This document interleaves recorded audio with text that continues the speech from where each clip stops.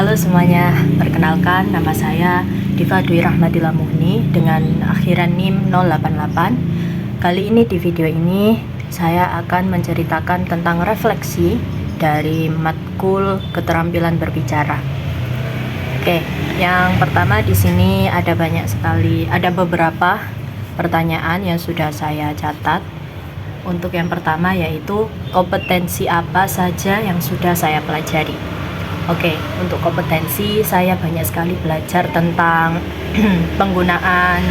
bagaimana penggunaan variasi kata, lalu nada, intonasi, terus penjedahan juga dan lain sebagainya. Saya sudah belajar dari situ dan dengan kompetensi itu saya bisa menjadi seorang pembicara yang profesional. Oke, yang kedua yaitu bagaimana perubahan kemampuan berbicara saya dibandingkan awal semester saya yang profesional. Oke, yang kedua yaitu bagaimana perubahan kemampuan berbicara saya dibandingkan awal semester. Oke, jika dibandingkan perubahannya sangat signifikan karena pertama kali saya masuk menjadi mahasiswa PPSI atau menjadi maba, saya benar-benar tidak memiliki kemampuan berbicara yang mumpuni. Kadangkala saya berbicara itu ngawur, jadi tidak ada aturan. Jadi setelah mengenal matkul ini, saya bisa mengetahui bahwa berbicara itu ada triknya, berbicara itu ada seninya. Jadi saya bisa membicarakan bahwa bicara itu menyenangkan.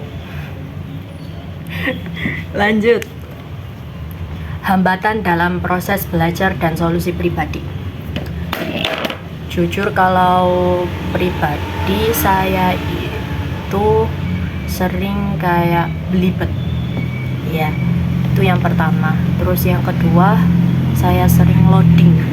Nggak tahu ya, tiba-tiba kayak kata-kata itu hilang gitu aja. Itu loading sih. Jadi itu hambatan saya dalam belajar. Lalu solusi pribadi untuk diri saya mungkin lebih banyak seperti ngobrol lagi, kayak ngobrol lebih formal, terus memperkaya kata-kata, bahasa dan lain sebagainya. Itulah menurut saya solusi pribadi dari diri saya. Selanjutnya pertanyaan keempat, yaitu yang terakhir, yaitu harapan atau target pengembangan keterampilan berbicara ke depannya. Untuk harapan kedepannya semoga kemampuan berbicara saya semakin baik tentu saja. Lalu saya menggunakan kemampuan berbicara ini untuk hal-hal yang positif, untuk hal-hal yang profesional, dan di masa depan semoga saya bisa berhasil dengan kemampuan berbicara ini. Selanjutnya yaitu storytelling time. Oke teman-teman, kali ini saya akan men-storytellingkan tentang cerita kelinci dan kura-kura. Oke, pada suatu hari, hiduplah seorang kelinci yang tinggal di dalam hutan. Si kelinci terkenal sebagai hewan yang bisa berlari cepat dibandingkan dengan hewan-hewan lainnya.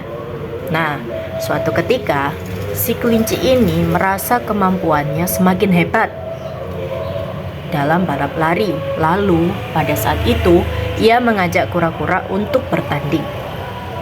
Dengan rendah hati, kura-kura menyambut dengan antusias ajakan dari kelinci. Pada akhirnya mereka berdua mempersiapkan balap lari tersebut dan ditemani oleh hewan-hewan lainnya yang ada di hutan. Mereka saling bekerja sama. Singkat cerita, si kelinci yang merasa lebih hebat berhasil lari lebih kencang dibanding dengan kura-kura yang notabene pergerakannya sangat lambat. Meski berjalan dengan pelan, namun kura-kura masih sangat semangat untuk mengalahkan kelinci. Nah, karena kelinci merasa paling hebat, jadi ketika mendekati garis finish, kelinci memutuskan untuk beristirahat sejenak di bawah pohon yang rindang. Karena kelinci yakin kalau kura-kura tidak akan bisa menyusulnya. Nah, tapi lama-kelamaan kelinci itu tertidur dan kura-kura yang pada saat itu sangat semangat dan sangat bekerja keras sudah berada di ambang finish. Kelinci pun terbangun dan dengan cepat mengejar kura-kura. Namun terlambat. Pada akhirnya pertandingan pun dimenangkan oleh kura-kura. Nah, begitu teman-teman, kisah moralnya, kita itu tidak boleh merasa sombong, merasa paling baik di antara yang lainnya, karena kesombongan itu tidak ada gunanya. Jadi, mata kuliah kemampuan keterampilan berbicara sangat membantu saya dalam membicarakan sebuah hal formal yang profesional. Saya sangat berterima kasih kepada Bapak Ahsan karena telah mengajarkan dengan sepenuh hati, jiwa, raga, dan tenaga. Saya sangat amat mengucapkan terima kasih. Sekian dari saya. Bye-bye.